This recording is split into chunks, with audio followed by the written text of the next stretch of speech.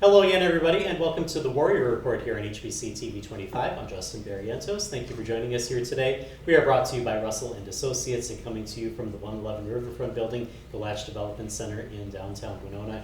Talking baseball with head coach Seth Wing. Thank you for joining us here today. Yeah, thanks for having us on. Kind of in between games and taping while it's raining here on a Tuesday, so you made the right choice, as you said, for moving the games. But let's talk about the games that you played, 3 games against St. Cloud State first. From what I heard, it was the first time since 2012-2013 that St. Cloud State had actually played here in Winona. Tell me a little bit about how those games went for you. Yeah, it was funny. Coach Dolan, their coach, texted me and said, I haven't been here since 2012. I've been at St. Cloud 17 years, and where's the field again?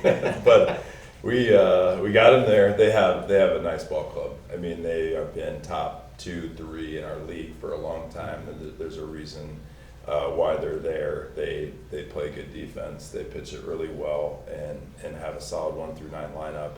I thought our guys did a nice job competing against them through the 3 games. Game 1, we lost 12-5. That score is so misleading. It was a 3-3 game in the 5th inning of a 7-inning game.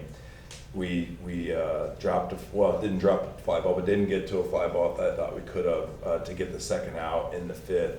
And just the wheels fell off at that point. Unfortunately, it just spiraled out of control. But we did have the bases loaded a couple times and nobody out, and just kept at it. We didn't let them just walk away with that game 1 win, but unfortunately didn't get the job done. Game 2 was a fantastic ball game. We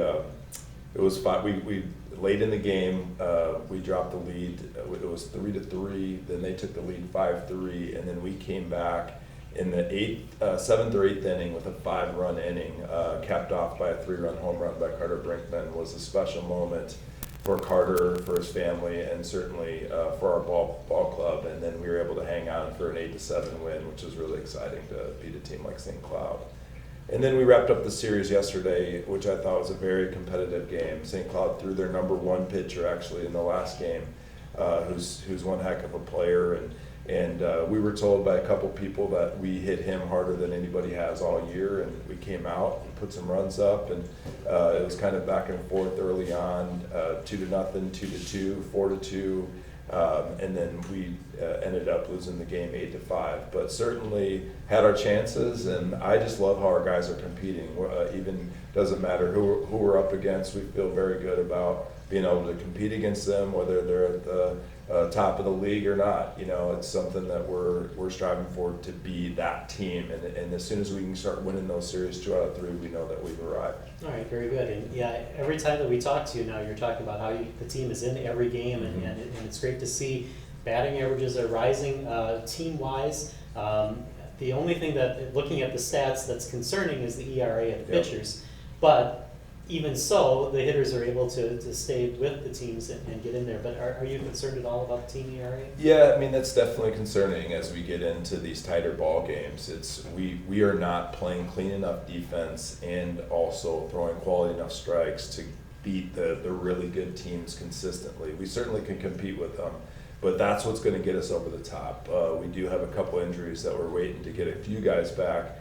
And so on the mound, once that's there, and if we can clean up just a little bit defensively, we can minimize these bigger innings and certainly give us a better chance to win. But it's something that's on my mind, and something that we're working really hard to try to piece together a 9-inning game, so then that way we gives ourselves a chance to win at the end. All right, so tell me, how do you work on things right now? Because obviously field situations are one thing, having to move schedules around, and so practices have to be moved around as well. And then as we get later in the year, if you have to move around games too much, that schedule gets compacted more and more. So how do you work with things? Yeah, we have to be creative, and I give a lot of credit to our guys, because their mindset, whether we're outside or inside, they stay strong and they continue to work hard. I mean, the biggest thing is getting our arm care plan done, working our pitch development with our midweek bullpens. We do have a facility, luckily enough, inside to be able to do that. And then really, when we're inside, just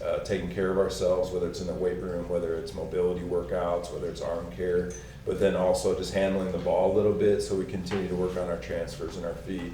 But it still doesn't give us the real ground ball feel, certainly. So we just have to get creative, and honestly, we're lucky compared to the rest of the league because we're one of the few teams that actually are outside. So we can't complain too much. All right, tell us a little bit more about arm care, because you do have a deep roster as far as pitchers go, but those pitchers maybe don't know exactly when their next start is going to be, when their next relief appearance is going to be. So how do you manage that? Yeah, and so the one thing that we do is we try to be very transparent with our pitching staff and understand the roles. And so we're going to build their pitch counts and build their throwing program based on what their role is going to be. There's a lot of modern technology and modern equipment now that really can help develop the strengthening of the arm and also help the arm recover after pitching and be able to get back on the mound sooner and feeling good about it instead of popping 6 ibuprofen and hoping for the best. That used to be the arm care plan. But I just give Coach Riley and Coach Carlson, who are running our pitching staff, a lot of credit because they develop a daily plan for our pitchers and our position players to be able to take care of their arms so they're feeling good. And we want to keep and maintain our players, our arms and our players' development. And we are running into some of the older guys that are having arm issues just because I don't think that plan was there in the past. All right. It might be too early to start talking about this, but you're right now in a 3-way tie for 6th in the NSIC, which means, here's the cliche, if the season ended today, you would be in the playoffs. You do have 22 games left. And then Friday and Saturday you take on Mary, and then I think you have games tomorrow as well. So what do things look like this week? How do you feel about the games you played this week? Yeah, I know it's an old saying, but we just take it one at a time and not look at the big picture. I've really been talking to the guys about the week itself. Just play the week out and win the week. And so if we continue to win the week, which we have all conference season, we're going to be in great shape, and certainly we'll be in the mix at the end of the year, and hopefully we can climb and be in the mix for one of those higher seeds. And so that's the goal, certainly. And I wouldn't count us out. We're certainly on a great trajectory right now offensively, and if we can just clean up a little bit on the mound defensively, we should be right in the mix at the end. All right, very good. Well, we're going to take a break here on the Warrior Report, and when we come back, we'll talk with Derek Baumgartner after this. For over 60 years, Russell & Associates has been helping individual and business clients achieve what matters to them. Our trusted advisors have the expertise and experience to help with long-term plans for personal finance, business finance, or wealth management. Focus on what matters most. Call Russell & Associates certified public accountants and advisors today at 507-452-3100 or visit us online at russellcpafirm.com. We've been warning you about Max Profit for quite a while now, but did you know that Max also works in most service departments? Do you feel uneasy when you take your car in to be serviced? Have you ever wondered why your simple oil change always includes something extra? Are you sure Max is being transparent with you? Feel confident again at Lewis & Auto. Our experienced, trained service team will give you the straight truth about your car. Lewis & Auto Chevrolet and Buick. Everything you want and nothing more. And welcome back to the Warrior Report here on HBC TV 25, brought to you by Russell & Associates and coming to you from the 111 Riverfront Building, the Latch Development Center in downtown Winona. Time now to get the player perspective from Warrior Baseball. Derek Baumgartner joins us. Thanks for being here today. Thanks for having me. You're a senior, so you've seen a lot here at Winona State, but this year has been kind of special for you because you're the leading hitter right now for the Warriors, and you've had a big series this past weekend against St. Cloud State. Tell us a little bit about how you're seeing the ball this year and what this season has been like. This year has been, in addition to my career, I'd say, getting this extra 5th year. It's been a lot of fun so far, and just staying true to my approach and keep swinging. It's kind of my mentality right now. Just see ball, hit ball. Okay. You kind of have a long history here with Winona State. We were kind of chatting off camera. So was it an easy decision for you to pick up your 5th year and to stay here with the Warriors for another year? There was a time last year that I wasn't sure what was going to happen. Body just didn't feel great. Catching for 4 years in college, it's a grind. But I remember after that double play to end the year last year, I just said to myself, I have a lot more to give. And I'm just trying to give everything I got and put it all out there this year.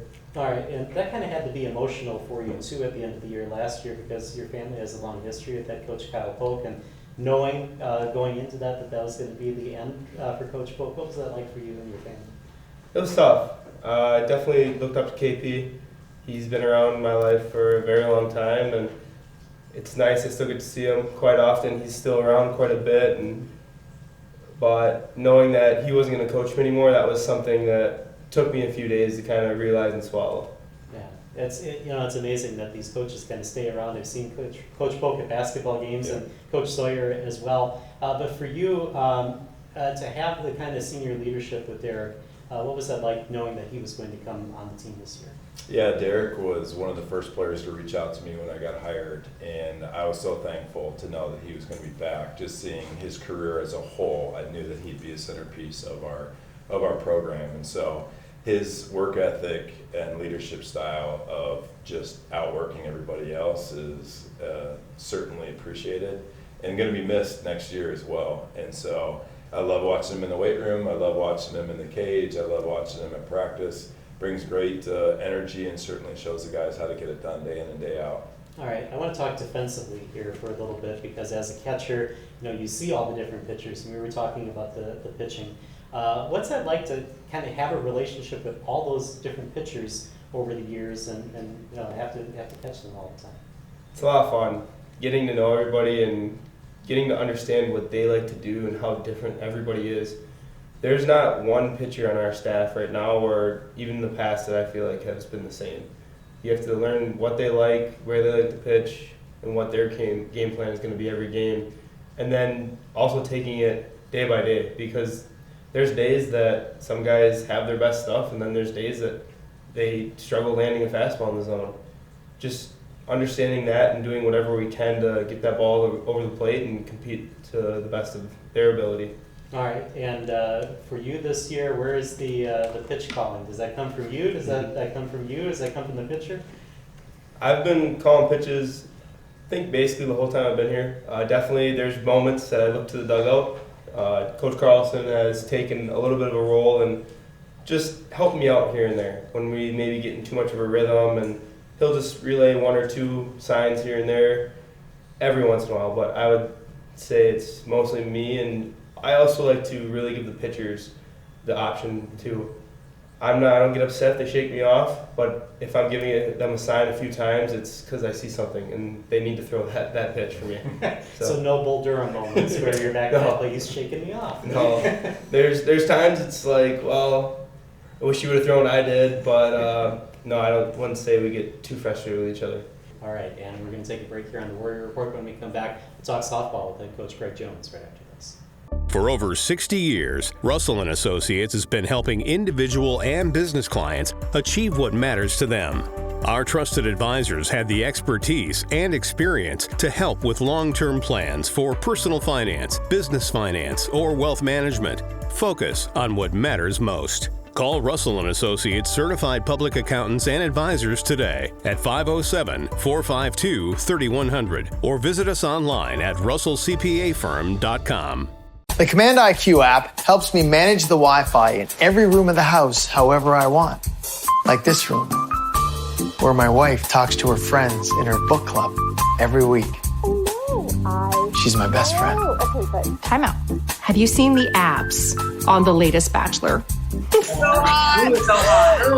My husband used to have abs, but now he just has flabs. I don't know. Now, he says he works out, but I think... It's not a book club meeting, it's a make fun of me meeting. Well, what happens in book club doesn't always stay in book club. So? Oh. Darla? Honey! My Wi-Fi is down. That never happens. Well, that's strange. Well, we'll see if we can get someone to come fix it next month. Okay, but what am I supposed to do about book club? I don't know. Maybe read a book? Command IQ, you're my new best friend.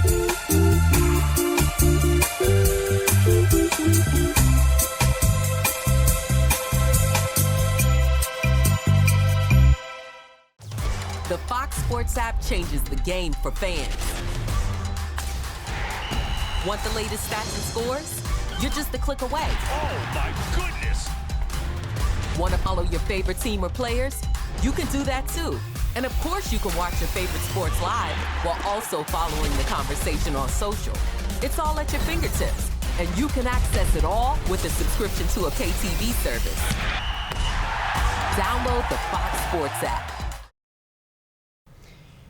And welcome back to the Warrior Report here on HBC TV 25, brought to you by Russell & Associates and coming to you from the Latch Development Center at the 111 Riverfront Building in downtown Winona. Time now to switch to Warrior Softball with head coach Greg Jones. And I know you maybe don't like this when I say this, so you can plug your ears if you want to, but you're over 20 wins this season, so that means 22 out of the 23 years that you've been here at Winona State, you've had 20 or more wins, and the only season you didn't get that was when you only played 19 games. So congratulations to you on that. And in the previous 28 years that softball has played at Winona State, 9 times there were 20 plus wins. So incredible what you've been able to do in your Warrior career. All right, we'll get that out of the way. Now let's talk about the games. Let's talk about Sioux Falls first and how you felt in those games. Yeah, well, we ended up splitting that doubleheader, and we probably stole one, to be very honest, in that first game, and so it ends up being a really good split that way.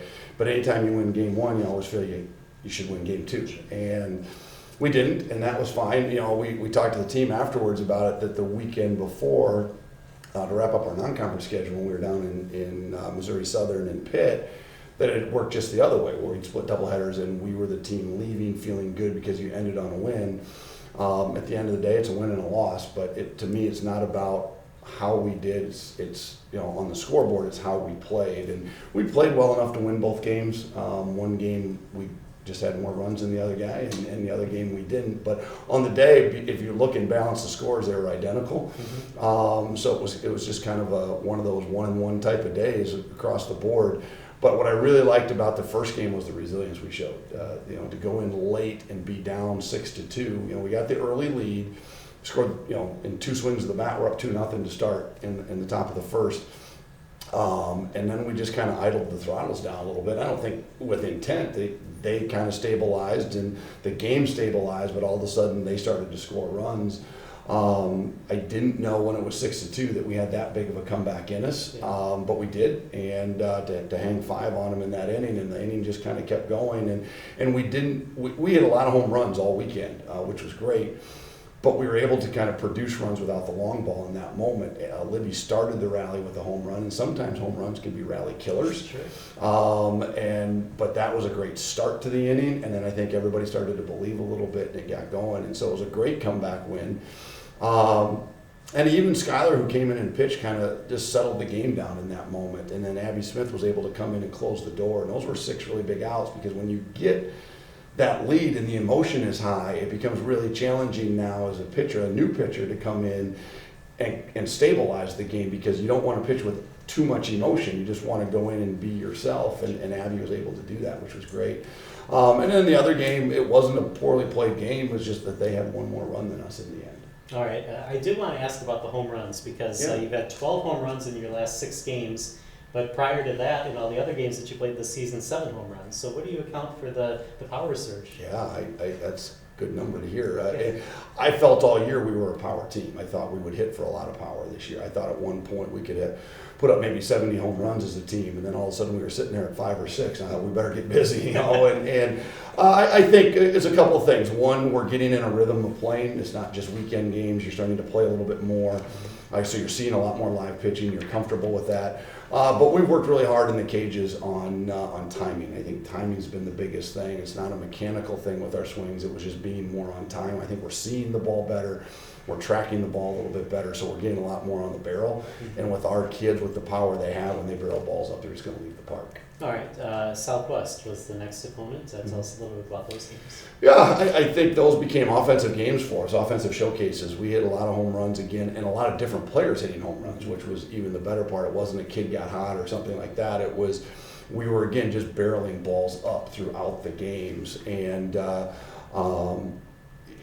again, offensively, on the pitching and defensive side, we still were able to maintain who we were, and that was, we'd gotten in a couple of shootouts, down at Upper Iowa, and the first game against Sioux Falls kind of felt counter to who we were, like we were winning games because of our offense, which we'll take. Yeah. But I think what our identity still is pitching and defense, and we were still then able yesterday in those Southwest games to score a lot of runs, but to maintain our true identity, which was to pitch and defend on that side of the ball and not give up a lot of offense and a lot of runs and a lot of hits. So I was as pleased about that as I think I was about the power surge. Okay. Coming up, you have games against Augustana. If the weather holds out, which we've been kind of watching here today as we tape on a Tuesday. But those are going to be really key games. Tell us a little bit about how you feel going in against playing Augustana. Yeah, I think it's interesting because Augie is obviously a tremendous opponent. We have a great deal of respect for their team and their coaching staff. But they're different this year. They're a little bit different. They graduated some kids, but one thing Augie has is swag. I mean, they get off the bus knowing they're going to beat you, and so you have to go out and play well, and you have to execute your game, and you have to beat them because they are not going to beat themselves. They're incredibly confident.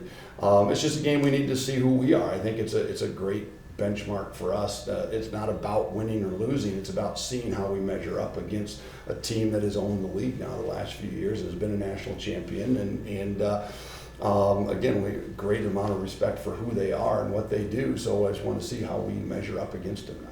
I don't want you to look too far ahead, but then the weekend you have Bemidji and Crookston, and you still stay home because, as you said, you had this kind of extended homestand. Do you have any thoughts on the weekend, or are you still just kind of looking forward to Wednesday? Yeah, I think my main focus on, from a coaching perspective is just simply getting through tomorrow, getting to tomorrow and through tomorrow. But looking at the big picture for me, this has been a long week. It's a 10-game week. It's no different than when we go to Florida. We're just not doing it in 80-degree weather. But I, in my head, have tried to measure this week like it's a Florida week. And how do we manage our workload in Florida is very similar to how I've tried to manage our workload this week. And give them a day off. When do we practice? How do we prepare? So the weekend, I haven't started to look at strategically yet or scouting report-wise yet, but more of, okay, those are games 9 and 10 at the end of the week and 2 doubleheaders, and we've got to be as sharp in those games as we were at the beginning of the week, and how do we manage that from a broader perspective. All right, very good. Well, good luck with the games this week. Great, thank you so much. All right, we're going to take a break here on the Warrior Report. When we come back, Abby Smith will join us right after this. For over 60 years, Russell & Associates has been helping individual and business clients achieve what matters to them. Our trusted advisors have the expertise and experience to help with long-term plans for personal finance, business finance, or wealth management.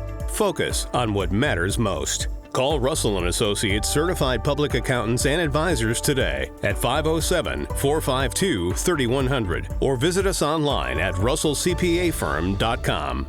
Meet Jenny Siseski of Edina Realty. With nearly 30 years' experience, she knows that right now is the best time to sell your home. Jenny will help you get top dollar, higher than ever before. With today's low interest rates, it's time to upgrade your home and increase its value. High demand and low inventory also make this a perfect time to list your home. Call for a free market analysis. Contact Jenny Siseski at Edina Realty today, 507-458-7038. And welcome back to the Warrior Report here on TV 25. We are brought to you by Russell & Associates, coming to you from the 111 Riverfront Building, the Latch Development Center in downtown Winona. Time now to get the player perspective for softball. Abby Smith joins us. Thanks for joining us here today. Of course. I want to go back to your high school days because senior year you win a state championship, and it was the first time that your school had ever been to the state tournament, and you end up winning it all. What was that like for you and for your team? I think we really were not expecting it. Like, as you said, our high school had never won state, much less, I don't think we've ever even been to state. I had the help of a lot of really passionate girls, especially my little sister caught me that entire year, and we were lucky enough to face really good competition. I played in a Division I conference, but we were Division II, so it let us play really good competition, and it prepared us really well for state. All right, I didn't know that your sister caught yeah, you. My That's kind of sister. interesting. What was that dynamic like? It was a lot. I mean, because she's a year younger than me, and then she plays college ball now. And so it was definitely we went head to head, but we definitely challenged each other. So I'm really grateful for that. And then I think it just made you work harder, knowing your biggest supporters behind the plate for you. I have to ask, because this is just so odd that it worked out this way, but the team that you beat the ace pitcher is now one of your teammates. Or was Yes, one of your teammates. Morgan. Morgan. Yeah. So tell me about that. Did you have any idea that she was going to be coming to Winona State? So I did. I mean, I kept up pretty decently because of my little sister, like with Division II softball and everything in Wisconsin. And I remember she came to the camp, and that was like the first thing I said. Like, I recognized her, and she pitched amazing that entire year. And so I was honestly just really excited that I got to play with her. Just like another great pitcher joining the staff. I was really excited for her. All right, let's talk about your Winona State time. Last year, you kind of really came on towards the end of the season, you and Abby Halas both. And so we knew that there was going to be this kind of big pitching coming up this year. What was it like kind of being thrown in the fire right away as a freshman? I mean, I was really excited. Like a freshman, I didn't really know anything. I wasn't expecting to get like a lot of playing time. I was hoping just to learn from like the best, you know. And I think I was just really excited to get an opportunity, and whatever games I could throw, I would jump into. Whenever like anybody needed help, I was just excited to play. And like the fact that I got to start the second game, like the second half of conference, was just more than I could ever ask for. So. What is that kind of decision like for you? I mean, I know that you don't like promise playing time to anybody, or I don't know if you even say, hey, maybe we'll have a chance for you later on in the year. But to put a freshman in there like that, what was that like? Well, we haven't had many freshmen pitch in my career. We've been very blessed with elite pitching in our program for a long time. And the great part about elite pitching is it continues to grow and get better and mature. And I feel like older teams sometimes do better because they've been there before, done that type of thing. And our pitching has been a part of that. And so we've been very fortunate. We haven't had to throw freshmen into the fire a lot. They get to learn, they get to work bullpens, they get to see what the game looks like and what the workload looks like and those types of things. But Abby just kept getting better all year. And it was at Wayne State. It was the game, and we were down at Wayne. She'd come in relief a couple other times and helped us throughout the year, but it was at Wayne State she came in, and I remember just talking to our coaching staff afterwards that she's got to be a starter. I said, right now she is changing who we are and the identity of what we want that game to look like. She has to be our starter. And it was never really a discussion who she was ready. You just knew it. You could just see it. You could just feel it. Like, okay, we're going to make the change, and we instantly did it. And I think it changed the course of our season. I really do. That the way we were going were a lot of up and down, and that kind of just allowed our trajectory to continue to climb. Wow, that's some high praise from your coach. What do you feel like hearing that? I mean, it's almost bringing me to tears. No. I mean, I really was just grateful. I got to learn under Liz Potts, and I think I just saw what good pitching can look like, and it really just helped me. Even if I didn't believe it, just going in knowing that I can succeed, I think was the biggest thing. And getting to see her just dominate in game one really just made me hype, I guess, for game two, and just got me really excited, and I just wanted to help the team. All right, as we said, this week has been a really long week, and so there's a lot of pitching that's going on for you this week. How do you handle that kind of workload? I'd say just rest. I mean, I don't really do I gotta recover for sure, so a lot of icing. I mean, it's not something that we love, but it's something we're used to, I guess. So in high school we did the same thing, club ball, you play so many games, and I think your body's just used to it. And I think coming in last year I definitely wasn't used to it, and then once you get the season rolling, you kind of you understand what's gonna happen, and your body's just already ready for it. All right, well, I appreciate you coming in and talking to us today, and good luck with the rest of the season. Thank you. All right, thank you for joining us here on the Warrior Report. We'll see you next time here on HBC TV 25.